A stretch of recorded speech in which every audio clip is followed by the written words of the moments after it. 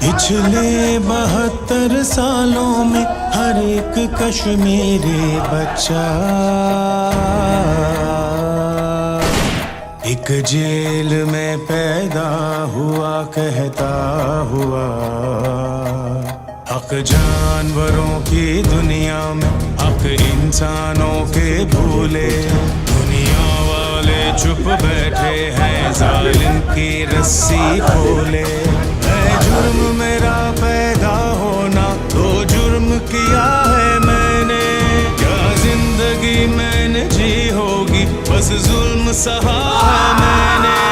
अपनी ताकत में झूल गया, ये बात तो जालिम भूल गया।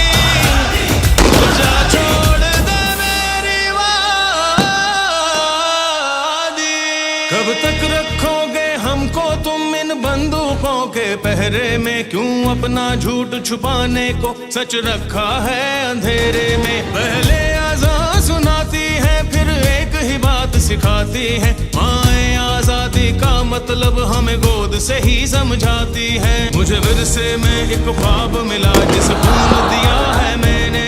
क्या जिंदगी मैंने जी होगी, बस जुल्म सहा है मैंने। अपनी ताकत में झूल गया, ये बात तो जालिम भूल गया।